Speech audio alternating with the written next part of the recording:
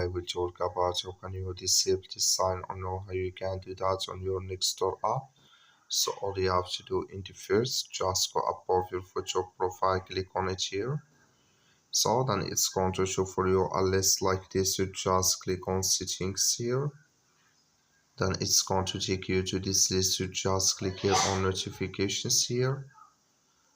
Then it's going to take you to next step here, just switching to open with you. So then it's going to show for you like this here. Just click here on groups and contacts. Just click on it here. Then it's going to take you to this list.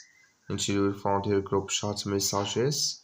Can you disable it here for email and for app and here for Nextdoor notifications? Just click on it like you see color it's gone. That's mean group chats messages notifications disable with us now. That's all you have to do. That's all. Thank you for watching. Don't forget to support us by liking and subscribe.